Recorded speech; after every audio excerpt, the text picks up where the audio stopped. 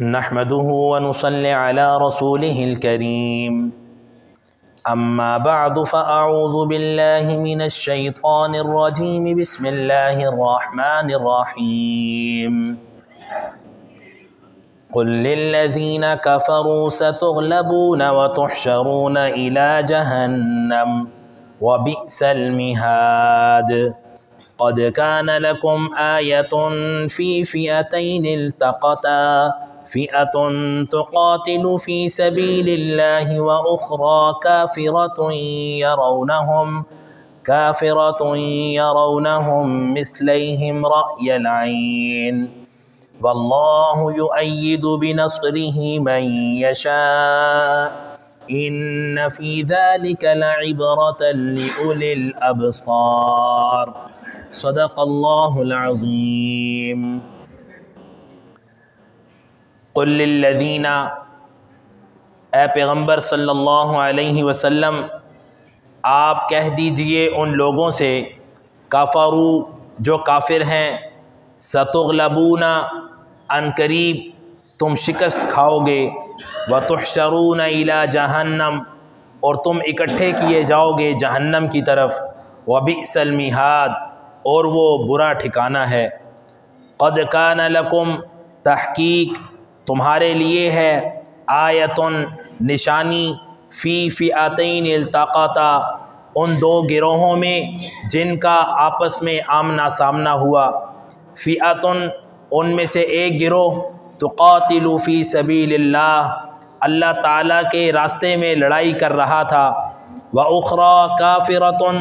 اور دوسرا گروہ کافروں کا تھا یرونہم جو دیکھتے تھے اپنے آپ کو مثلیہم ان سے دگنا رأی العین کھلی آنکھ سے دیکھنا واللہ یؤید بنصرہ اور اللہ تعالیٰ تائید کرتے ہیں اپنی مدد کے ساتھ من یشاء جس کی چاہتے ہیں ان فی ذالک بے شک اس واقعے میں لعبرۃ عبرت ہے لأولی الابصار آنکھوں والوں کے لیے۔ اس سے پہلے آپ نے سنا کہ اللہ سبحانہ و تعالی نے مدینہ کے یہود جو 3 بڑے خاندانوں پر مشتمل تھے جن میں بنو نذیر، بنو قریظہ اور بنو قینقاع وہ اثر رسوخ والے تھے اور ان کا مدینہ طیبہ کی تجارتی منڈیوں پر غلبہ تھا اور وہ افرادی قوت کے لحاظ سے بھی طاقتور تھے اور علم کے لحاظ سے بھی مضبوط تھے، اس لیے وہ ان تمام باتوں پر اتراتے تھے کیونکہ جس کے پاس افرادی قوت بھی ہو اور تجارتی لحاظ سے بھی وہ مضبوط ہو تو پھر ایسا سہولیات والا متکبر ہو جاتا ہے۔ چنانچہ جب انہوں نے تکبر کیا تو اللہ تعالیٰ نے انہیں عبرت کا نشان بنایا اور وہ مدینہ طیبہ سے بھاگنے پر مجبور ہو گئے۔ پھر آپ نے یہ تفصیل بھی سنی کہ وہ مدینہ طیبہ کب آئے، کیسے آئے اور کتنا عرصہ رہے۔ اب یہاں سے اللہ سبحانہ و تعالی انہوں نے جو تکبر کیا تھا ان کی شکست کی پیشن گوئی فرما رہے ہیں کہ تم جو تکبر کر رہے ہو اور اپنی اولاد پر اور مال و دولت پر اتراتے ہو کہ تمہارے پاس افرادی قوت بھی ہے اور تم ساز و سامان کے اعتبار سے بھی مضبوط ہو، تو اس غلط فہمی میں نہ رہو کہ تم اہل حق کے مقابلے میں کامیاب ہو جاؤ گے۔ جس طرح تم تکبرانہ طور پر انہیں کہتے پھرتے ہو کہ تم ہم سے ٹکراؤ گے تو ہم تمہیں پاش کر دیں گے، اور یہ تب ہوا جب مسلمانوں نے کفار کو شکست دی اور مسلمان فتح یاب ہوئے تو انہوں نے تکبر میں آ کر یہ کہا کہ جن سے تم لڑ کر آئے ہو وہ تو ناتجربہ کار اور بیوقوف تھے، ہم سے لڑو گے تو تمہیں پتہ چلے گا جنگ کیا ہوتی ہے اور طاقت کیا ہوتی ہے۔ اللہ تعالیٰ ان کی شکست کے بارے میں فرما رہے ہیں قل للذین اے میرے محبوب صلی اللہ علیہ وسلم آپ فرما دیجئے ان سے کفروا جو کافر ہیں ستغلبون ان قریب تم شکست کھاؤ گے وتحشرون الی جہنم اور تم اکٹھے کیے جاؤ گے جہنم کی طرف یہ جو فرمایا نا ان قریب تم شکست کھاؤ گے، یہ اللہ نے فرمایا کہ یہ تمہاری دنیاوی سزا ہے، اور اخروی سزا کیا ہے کہ تم جہنم کی طرف اکٹھے کیے جاؤ گے۔ اور اللہ تعالیٰ کا وہ وعدہ 8-9 سال کے بعد پورا ہوا، اور اللہ تعالیٰ نے وہ کر دکھایا جو فرمایا تھا کہ 8-9 سال کے بعد مدینہ کے یہودیوں کو اللہ نے ایسی شکست دی کہ وہ رہتی دنیا کے لیے عبرت بن گئے۔ وہ لوگ جو کہتے تھے کہ ہم سے ٹکراؤ گے تو پاش پاش ہو جاؤ گے، اللہ نے انہیں ایسی شکست دی کہ وہ جب مدینہ طیبہ سے بھاگے تو صرف یہ نہیں کہ بھاگے، بلکہ اپنی جائیدادیں، وہ محلات جن پر وہ اتراتے تھے اور وہ ساز و سامان جن پر انہیں مان اور گھمنڈ تھا، اللہ نے انہیں وہ چھوڑنے پر مجبور کر دیا، اور وہ مدینہ طیبہ سے جب بھاگے تو ان میں سے کئی مارے گئے اور کئی قیدی بن گئے، اور باقی وہ جلا وطن ہو گئے۔ اور اللہ تعالیٰ نے اپنا وعدہ سچ کر دکھایا، اور ایسا سچ کیا کہ اللہ تعالیٰ نے انہیں دنیا میں بھی ذلیل و رسوا کیا، اور آخرت کی سزا دنیا میں بتا دی کہ تمہیں جہنم میں ڈالا جائے گا، وَبِئْسَ الْمِہَادُ، اور وہ برا ٹھکانہ ہے۔ اللہ تعالیٰ اپنے فضل و کرم سے تمام مومنین مومنات، تمام مسلمین مسلمات کو دوزخ سے اپنی حفاظت عطا فرمائے۔ فرمایا قد کان لکم، تحقیق تمہارے لیے ہے، آیت نشانی، فی فئتین التقطا، دو گروہوں میں جن کا آپس میں آمنا سامنا ہوا، فئۃ تقاتل، ایک گروہ ان میں سے لڑ رہا تھا، فی سبیل اللہ، اللہ تعالیٰ کے راستے میں، وَأُخْرَى کافرۃ، اور دوسرا گروہ کافروں کا تھا جو لڑ رہا تھا۔ اس آیت میں اللہ سبحانہ و تعالی غزوہ بدر کا ذکر فرما رہے ہیں۔ بدر یہ مدینہ طیبہ سے 80 میل دور ایک جگہ کا نام ہے۔ ایک شخص تھا جس کا نام تھا بدر، اس نے اس علاقے میں کنواں کھدوایا، پھر اس کنویں کو بدر کا نام دے دیا گیا، بعد میں وہ علاقہ بدر کہلانے لگا۔ اس مقام پر اسلامی تاریخ کی، اس امت کی پہلی جنگ لڑی گئی، اور اس جنگ کو پھر غزوہ بدر کا نام دیا گیا۔ یہ جنگ ایسی تھی کہ یہ مسلمانوں کے لیے بھی سبق آموز ہے رہتی دنیا تک، اور کفار کے لیے عبرت ناک ہے رہتی دنیا تک۔ چنانچہ اس جنگ میں مسلمانوں کی تعداد صرف 313 تھی، اور ان 313 میں 77 مہاجرین صحابہ تھے، 236 وہ انصار صحابہ تھے۔ اس لشکر کی قیادت حضرت صلی اللہ علیہ وسلم فرما رہے تھے، اور ساز و سامان کی حالت یہ تھی کہ صرف 2 گھوڑے تھے پورے لشکر کے پاس، جن میں سے ایک حضرت مرثد بن ابی مرثد رضی اللہ تعالی عنہ کے پاس تھا، اور دوسرا مقداد بن عمر رضی اللہ تعالی عنہ کے پاس تھا۔ 70 اونٹ تھے، صرف 6 نیزے اور 8 تلواریں تھیں، یعنی پورے 313 کے لشکر کے پاس تلواریں بھی پوری نہیں تھیں، جبکہ سامنے 1000 سے زیادہ کفار کا لشکر تھا جو ساز و سامان سے لیس تھا۔ مدینہ طیبہ سے جب حضرت صلی اللہ علیہ وسلم جنگ کے لیے چلے تو جو مدینہ کے یہودی تھے، 10ویں پارے میں آتا ہے کہ وہ آپس میں مذاق کرنے لگے، اور ایک دوسرے کو آنکھوں سے اشارے کرنے لگے کہ یہ دیکھو، یہ پہلوان جوان، یہ بہادر قریشیوں سے لڑنے جا رہے ہیں، جو طاقت کے لحاظ سے ان سے 3 گنا زیادہ ہیں، اور تعداد کے لحاظ سے بھی کئی گنا زیادہ ہیں، اور یہ ان کی گردنیں کاٹیں گے اور انہیں قیدی بنائیں گے۔ اللہ کی شان، اللہ تعالیٰ نے ان کے مذاق کو حقیقت میں بدل دیا، اور جب جنگ ہوئی تو 70 کافر مارے گئے، 70 قیدی بن گئے، اور باقیوں کو بھاگنے کا راستہ نہ ملا۔ وہ تکبر کرنے والے جو اپنی طاقت پر اتراتے تھے، اللہ نے نہتے مسلمانوں سے انہیں ذلیل و رسوا کر دیا۔ یہاں مسلمانوں سے صرف 14 افراد شہید ہوئے، جن میں سے 6 مہاجرین صحابہ رضی اللہ تعالی عنہم تھے، اور 8 انصار صحابہ علیہم الرضوان تھے۔ حضرت صلی اللہ علیہ وسلم جب جنگ کے بعد واپس مدینہ طیبہ تشریف لائے تو وہ کفار جو مذاق کر رہے تھے جاتے وقت، وہ ہکا بکا رہ گئے کہ یہ کیسے لوگ ہیں، تعداد میں بہت ہی قلیل تھے، نہ اسلحہ تھا نہ ساز و سامان تھا، ایک طرح کے نہتے تھے، ان میں سے کئیوں کے سر پر ٹوپی نہ تھی، کئیوں کے پاؤں میں جوتے نہ تھے، اور یہ بدر کی تپتی ہوئی صحرا والی زمین پر جہاں پاؤں رکھو تو جلتے ہیں، کیسی طاقتور قوم کو اور کتنی طاقتور لوگوں کو یہ شکست دے کر آ گئے۔ اس واقعے کو اللہ نے ایسا سبق آموز بنایا کہ یہ امت مسلمہ کے لیے ایک پیغام بھی ہے اور کفار کے لیے ایک عبرت ناک انجام کی ایک تاریخ بھی ہے کہ جب مسلمان بہادر تھے، تقوی میں مضبوط تھے، یقین کامل اللہ تعالیٰ پر رکھتے تھے، تو کم تعداد کے باوجود اللہ تعالیٰ نے انہیں کثیر تعداد والوں پر فتح عطا فرمائی، اور نہتے ہونے کے باوجود اسلحے سے لیس لوگوں کے اوپر اللہ نے فتح و کامیابی عطا فرمائی۔ آپ نے سنا کہ واقعہ بدر میں صرف 313 صحابہ تھے اور اسلحہ بھی نہ ہونے کے برابر تھا، جبکہ سامنے 1000 سے زیادہ تعداد والا لشکر اور وہ اسلحہ سے ساز و سامان سے لیس، اور ان کی قیادت ابو جہل کر رہا تھا۔ یہ واقعہ ہجرت کے دوسرے سال 17 رمضان المبارک جمعے کے دن پیش آیا۔ حضرت صلی اللہ علیہ وسلم اپنے صحابہ علیہم الرضوان کے ساتھ جب پہنچے تو جمعے کا دن تھا، چونکہ آپ صلی اللہ علیہ وسلم اور صحابہ علیہم الرضوان وہ مسافر تھے، لہٰذا جمعہ فرض نہ تھا، اور بدر کوئی شہر بھی نہ تھا کہ وہاں مسلمانوں کی آبادی ہوتی جو جمعہ پڑھتے۔ چنانچہ عشاء کی نماز کے بعد آپ صلی اللہ علیہ وسلم اپنے خیمے میں تشریف لے گئے اور جا کر اللہ کے حضور گریہ وزاری کرنے لگے اور عاجزی اور انکساری کے ساتھ دعائیں مانگنے لگے۔ آپ کی دعاؤں کا یہ عالم تھا کہ آپ دعا فرما رہے ہیں، اے پروردگار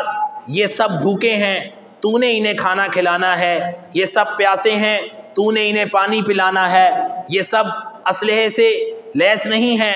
ان تیری مدد ان کا اسلحہ ہے۔ اے پروردگار یہ بے سر و سامانی کے عالم میں صرف تیرے اوپر یقین کامل رکھتے ہوئے، تیری مدد پر بھروسہ رکھتے ہوئے میرے حکم پر یہاں آ گئے ہیں۔ اے پروردگار میری 15 سال کی یہی کمائی ہے، اگر آج یہ نہ رہے تو خالص تیری عبادت کرنے والا کوئی نہ بچے گا۔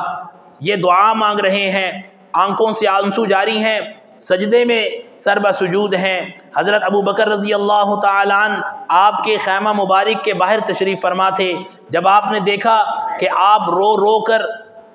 نڈھال ہو چکے ہیں، آپ خیمہ مبارک میں تشریف لائے، آ کر فرمانے لگے، اے اللہ کے نبی صلی اللہ علیہ وسلم لقد الححت، آپ نے اتنی عاجزی اور انکساری سے دعائیں کی ہیں، یقیناً اللہ تعالی ہماری مدد فرمائیں گے۔ اور پھر زمین و آسمان نے دیکھا کہ وہی صحابہ جو تعداد میں کم تھے، وہی صحابہ جو نہتے تھے، ان میں سے کئیوں کے سر پر ٹوپی نہ تھی، کئیوں کے پاؤں میں جوتے نہ تھے، عرب کی تپتی ہوئی زمین پر پاؤں رکھتے تو جلتے تھے، لیکن وہ لوگ جو 1000 سے زیادہ تھے، اسلحے سے لیس تھے اور ہر طرح کے تکبرانہ انداز میں پیش ہوئے تھے، اور انہیں اپنی فتح پر یقین تھا، اس لیے کہ انہیں یہ لگتا تھا کہ ہم تعداد میں بھی زیادہ ہیں، افرادی قوت تو ہے ہی، اور دوسری بات اسلحے سے لیس ہیں، یہ سامنے والے جن کے پاس کچھ بھی نہیں ہے ہمارا کیا بگاڑ سکتے ہیں۔ اور وہ بڑے متکبر ہو کر آئے تھے لڑنے کے لیے کہ ہم آج اسلام کو ختم کر دیں گے، روئے زمین پر اسلام کا نام لینے والا کوئی نہ ہوگا، لیکن میرے رب کے فیصلے، وہ میرے رب کے فیصلے ایسے ہوتے ہیں کہ وہ رہتی دنیا تک پھر سبق بھی بن جاتے ہیں اور کفار کے لیے عبرت کا انجام بھی بن جاتے ہیں۔ فرمایا اللہ تعالیٰ نے جب صبح ہوئی تو ان 313 کو ہزاروں کے لشکر پر فتح عطا فرمائی۔ وہ 313 ان پر ایسے ٹوٹے کہ اللہ نے انہیں ایسا بھگایا کہ ان میں سے 70 مارے گئے، 70 کو گرفتار کر لیا گیا، جو باقی بچے ان کو بھاگنے کا راستہ نہ ملا۔ اور یہاں سے جب مسلمان جو سر سے ننگے پاؤں سے ننگے وہ جب پہنچے، اسلام کے جھنڈے کو سر بلند رکھا، انہوں نے اپنی نہ جان کی پرواہ کی نہ اپنے پیچھے بیوی بچوں کی پرواہ کی، اور اللہ کے محبوب کے حکم پر اللہ کی محبت میں شہادت کی آرزو لیے میدان میں ایسے کودے اور ایسے لڑے کہ مسلمانوں کے لیے ایک پیغام چھوڑ دیا، دیکھو ہم صرف 313 تھے، ہم نے ہزاروں کو شکست دی، اس کی وجہ صرف ایک تھی کہ ہم اللہ کی طرف متوجہ تھے، ہمارا یقین اللہ پر تھا، ہم تعداد میں کم تھے، یقین میں زیادہ تھے، ہم تعداد میں کم تھے، ہم نے اپنے بیوی بچوں کی پرواہ نہ کی، ہم نے اپنے آپ کو اس طرح پیش کیا کہ اسلام بچ جائے، ہم بچیں نہ بچیں، آج بھی اگر مسلمان اس بات پر قائم ہو جائیں اور اللہ کی طرف متوجہ ہو جائیں تو انشاءاللہ اللہ تعالیٰ جلد مسلمانوں کو سرخرو کریں گے۔ لیکن افسوس مسلمانوں نے اپنی تاریخ بھلا دی۔ جب مسلمانوں نے تاریخ کو یاد نہ رکھا اور اپنے ایمان کی کمزوری حالت پر توجہ نہ دی تو پھر آج کفار سر چڑھ کر مسلمانوں پر حملہ آور ہیں اور گاجر مولی کی طرح کاٹ رہے ہیں، حتیٰ کہ مسلمان تو پس ہی رہے ہیں، نبی کی آبرو اور نبی کی عزت اب خطرے میں پڑی ہوئی ہے ایمان کی کمزوری کی وجہ سے، کہ کہیں یہود مسلمانوں پر ٹوٹا ہوا ہے، کہیں قادیانی مختلف حربوں سے اسلام کو نقصان پہنچا رہے ہیں، مسلمانوں کو اس طرح نقصان پہنچا رہے ہیں کہ جس کی تلافی شاید کتنی صدیوں تک نہ ہو سکے۔ آج بھی اگر مسلمان بیدار ہو جائیں اور اپنی تاریخ کو یاد کر لیں، کیسی تاریخ، اگر وہ بیدار ہو جائیں تو انہیں پتہ چل جائے کہ ہم کیسے تھے اور ہم کیا کچھ کر سکتے تھے۔ سنبھل جاؤ مسلمانوں، سنبھل جانے کا وقت آیا، بہت سوئے ہو تم، اب ہوش میں آنے کا وقت آیا، جلا ڈالی تھی تم نے کشتیاں اندلس کے ساحل پر، مسلمانوں وہی تاریخ دہرانے کا وقت آیا، چلے تھے 313 جہاں سے تم مسلمانوں، انہی ماضی کی راہوں پر پلٹ جانے کا وقت آیا، نبی کی آبرو باقی رہے گی تم بھی باقی ہو، وگرنہ پھر غلامی میں الجھ جانے کا وقت آیا،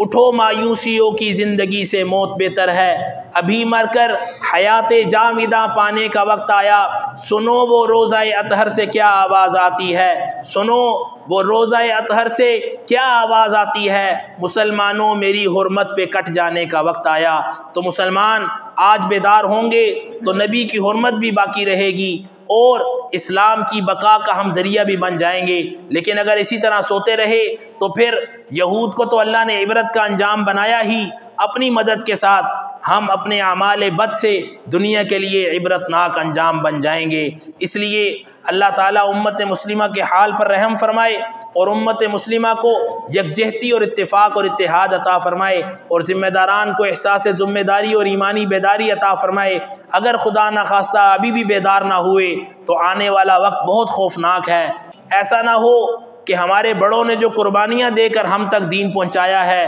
ہم اس غفلت کی وجہ سے آنے والی نسلوں تک دین پہنچانے سے محروم ہو جائیں۔ اللہ تعالیٰ امت مسلمہ پر خصوصی کرم و رحم والا معاملہ فرمائے۔ فرمایا جب اللہ تعالیٰ نے ان کو شکست دی تو یہ اللہ نے ان کو عبرت ناک سزا تو دی ہی، یہود کے لیے اس کو عبرت بنا دیا اور انہیں حکم دیا کہ اس سے عبرت حاصل کرو، کہ ایسا دوبارہ کبھی نہ سوچو کہ تم طاقتور ہوگے تو فتح پاؤ گے، مسلمان کمزور ہوں گے تو شکست کھائیں گے۔ ہاں مسلمان کمزور ہونے پر یا تعداد میں کم ہونے پر تو کبھی شکست نہیں کھا سکتے، البتہ ایمان کی کمزوری کی وجہ سے ذلیل و رسوا ہو سکتے ہیں۔ اس لیے کفار کو یہاں عبرت حاصل کرنے کے لیے کہا، فرمایا قد کان لکم، تحقیق تمہارے لیے آیت نشانی ہے، فی فئتین التقطا،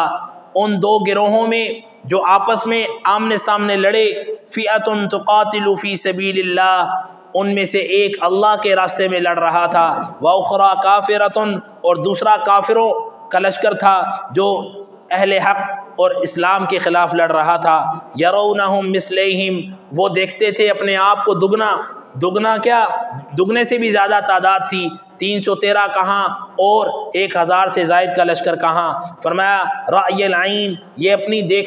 کھلی آنکھوں سے وہ دیکھ رہے تھے، لیکن اللہ تعالیٰ کے فیصلے ایسے ہوتے ہیں جو ظاہری طور پر نظر آئیں نہ آئیں، اللہ تعالیٰ اپنے فیصلوں کو ایسے ظاہر کرتے ہیں کہ انسان ہکا بکا اور حیران رہ جاتا ہے۔ فرمایا واللہ یؤید بنصرہ من یشاء، اللہ تعالیٰ اس طرح تائید کرتے ہیں اپنی مدد کے ساتھ جس کی چاہتے ہیں، جیسے بدر میں اللہ نے کم تعداد والوں کی تائید کی اور انہیں ہزاروں کی تعداد والوں پر فتح عطا فرمائی، جیسے اللہ تعالیٰ نے بدر میں نہتے مسلمانوں کو اسلحے سے لیس کفار پر فتح عطا فرمائی۔ تو اللہ تعالیٰ جب مدد کرتے ہیں جس کی چاہتے ہیں کر دیتے ہیں اور اس کی تائید فرماتے ہیں۔ فرمایا ان فی ذالک، یہ سب باتیں جو ہیں لعبرتن، یہ عبرت ہیں لأولی الابصار، کھلی آنکھوں سے حقیقت کو سمجھنے والوں کے لیے۔ اس لیے جو کھلی آنکھوں سے حقیقت کو سمجھتے ہیں انہیں ہر بات سمجھ میں آ جاتی ہے، لیکن جو آنکھیں بند کر لے اس کا دنیا میں کوئی علاج نہیں ہے۔ اللہ تعالی ہم سب کو ایمان کی قوت عطا فرمائے اور اسلام پر مضبوطی عطا فرمائے، ہر ایک کو اپنے اعمال کا محاسبہ کرنے کی توفیق عطا فرمائے، اور امت مسلمہ کے حال پر خصوصی رحم و کرم فرمائے، اور امت مسلمہ کے جو حکمران ہیں ان کی جو بے حسی ہے اس کو دور فرمائے، اور اس لاپرواہی کو اس سے پہلے کہ دیر ہو جائے اس لاپرواہی کو دور کرنے کی توفیق عطا فرمائے۔ جو کچھ کہا سنا گیا ہے اللہ تعالیٰ خود بھی عمل کی توفیق عطا فرمائے، اور گھروں میں اس کا مذاکرہ کرنے کی توفیق عطا فرمائے۔ اپنے بچوں کو یہ واقعات سنائیں تاکہ ان میں بچپن سے ہی اسلام کی محبت اور اسلامی جذبہ ان کے اندر بیدار ہو۔ اس سے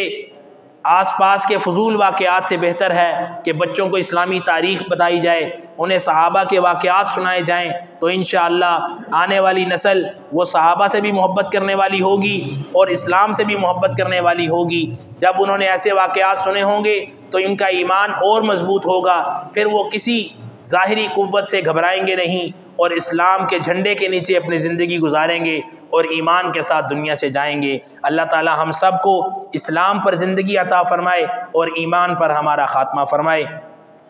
آج کا جو عمل ہے وہ یہ ہے کہ آپ نے دیکھا ہے کہ ہمارے ملک میں خاص طور پر ڈینگی کا مسئلہ بہت چل رہا ہے، جس سے بہت سے افراد متاثر ہو رہے ہیں، چاہے بڑے ہوں چاہے چھوٹے ہوں، چاہے مرد ہوں چاہے عورتیں ہوں، ہر ایک اس سے متاثر ہے۔ اور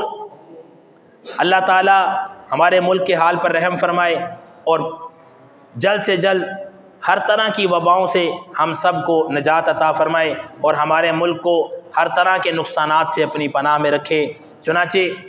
پہلے تو اس سے حفاظت کے لیے ایسے اعمال کرنے چاہیے تاکہ اللہ تعالیٰ ایسی آزمائش میں ڈالیں ہی نہ۔ لہٰذا جو شخص صبح اور شام 3 مرتبہ یہ دعا پڑھنے کا اہتمام کرے تو اللہ تعالیٰ اس کو ہر طرح کے موذی اور نقصان دینے والے جانور سے اللہ تعالیٰ اپنی حفاظت عطا فرماتے ہیں، اور وہ شخص ہر طرح کے دشمن سے بھی محفوظ رہتا ہے۔ وہ دعا یہ ہے، بسم اللہ الذی لا یضر مع اسمہ شیء فی الارض ولا فی السماء وہو السمیع العلیم۔ اس دعا کو 3 مرتبہ صبح کم سے کم اور 3 مرتبہ شام کو پڑھنے کا اہتمام کیجئے۔ اس کی برکت سے اللہ تعالیٰ انشاءاللہ اپنی رحمت سے ہر طرح کے موذی جانوروں کے نقصانات سے اپنی پناہ عطا فرمائیں گے، اور ہر طرح کے نقصان دینے والے شریر لوگوں سے بھی اور دشمنوں سے بھی اپنی حفاظت عطا فرمائیں گے۔ اور اگر خدا نہ خواستہ کسی کو کسی بھی طرح کا بخار ہو جائے، چاہے وہ ڈینگی بخار ہو یا سردی کا بخار ہو یا گرمی کا، تو ایسے متاثر شخص کے لیے 41 مرتبہ قرآن کریم کی یہ آیت یا نار کونی بردا وسلاما علی ابراہیم، یہ پڑھ کر اس سے پہلے اور اس کے بعد 3 مرتبہ یہ درود شریف پڑھ لے، اللہم صلی علی محمد بعدد کل داء ودواء وبارک وسلم۔ اس درود کے درمیان میں 41 مرتبہ یہ آیت مبارکہ پڑھ لیں اور اس مریض پر بھی دم کریں، اور جو چیز اس کو ڈاکٹر نے کہی ہے استعمال کرنے کے لیے اس پر بھی دم کر دیں اور وہی اس کو استعمال کروائیں۔ روز یہ 1 مرتبہ عمل کریں، انشاءاللہ اللہ اپنی رحمت سے ہر طرح کے بخار سے شفا عطا فرمائیں گے۔ آپ خود بھی اس کا اہتمام کیجئے اور اپنے دوست احباب کے ساتھ گھروں میں اس عمل کا مذاکرہ کیجئے، اور یہ پیغام سب کے ساتھ شیئر کیجئے تاکہ اللہ تعالی ہمیں بھی ہر طرح کے نقصانات سے حفاظت عطا فرمائے اور ہمارے عمل کی برکت سے سب کو ہر طرح کے موذی جانوروں سے، ہر طرح کی موذی چیزوں سے اپنی حفاظت عطا فرمائے۔ اللہ تعالیٰ جو کچھ کہا سنا گیا اس پر عمل کی توفیق عطا فرمائے اور ہم سب کا حامی و ناصر ہو، آمین یا رب العالمین۔ بسم اللہ الرحمن الرحیم، الحمد للہ رب العالمین والعاقبۃ للمتقین والصلاة والسلام علی محمد وآلہ واصحابہ اجمعین۔ یا رب کریم اپنی رحمت سے ہمارے گناہوں کو معاف فرما، ہر عمل میں اپنی رضا اور اخلاص عطا فرما، پیارے پیغمبر علیہ السلام کی کامل اتباع نصیب فرما، اپنی رحمت سے امت مسلمہ کے حال پر رحم فرما، امت مسلمہ میں یا رب کریم صحابہ اکرام علیہم الرضوان والی شجاعت اور بہادری عطا فرما، یا رب کریم امت مسلمہ کو بیدار فرما، اور ذمہ داران کو، حکمرانوں کو احساس ذمہ داری اور ایمانی بیداری عطا فرما، یکجہتی کی، اتحاد کی توفیق عطا فرما، کفار کے مقابلے میں سیسا پلائی دیوار بننے کی توفیق عطا فرما، اپنے فلسطین اور کشمیر کے اور جہاں جہاں مسلمان مظلوم ہیں سب کی یا رب کریم مدد کی توفیق عطا فرما، سب کے لیے برسر پیکار آنے کی توفیق عطا فرما، کفار کو دندان شکن جواب دینے کی توفیق عطا فرما، جو ان کوششوں میں ان کی مدد، نصرت، حفاظت فرما، یا رب کریم مجاہدین اسلام کی مدد فرما، اسلام کو یا رب کریم بقا عطا فرما، اور مسلمانوں کو تا قیامت یا رب کریم آزادی کی نعمت عطا فرما، اپنی رحمت سے جو کچھ کہا سنا گیا اپنی بارگاہ میں قبول فرما، جو کچھ مانگا ہے وہ بھی عطا فرما، جو نہیں مانگ سکے تو بہتر جانتا ہے، ہم سب کی دینی دنیاوی تمام جائز ضرورتوں کو اپنے غیب کے خزانوں سے پورا فرما۔ سبحان ربک رب العزت عما یصفون وسلام علی المرسلین والحمد للہ رب العالمین۔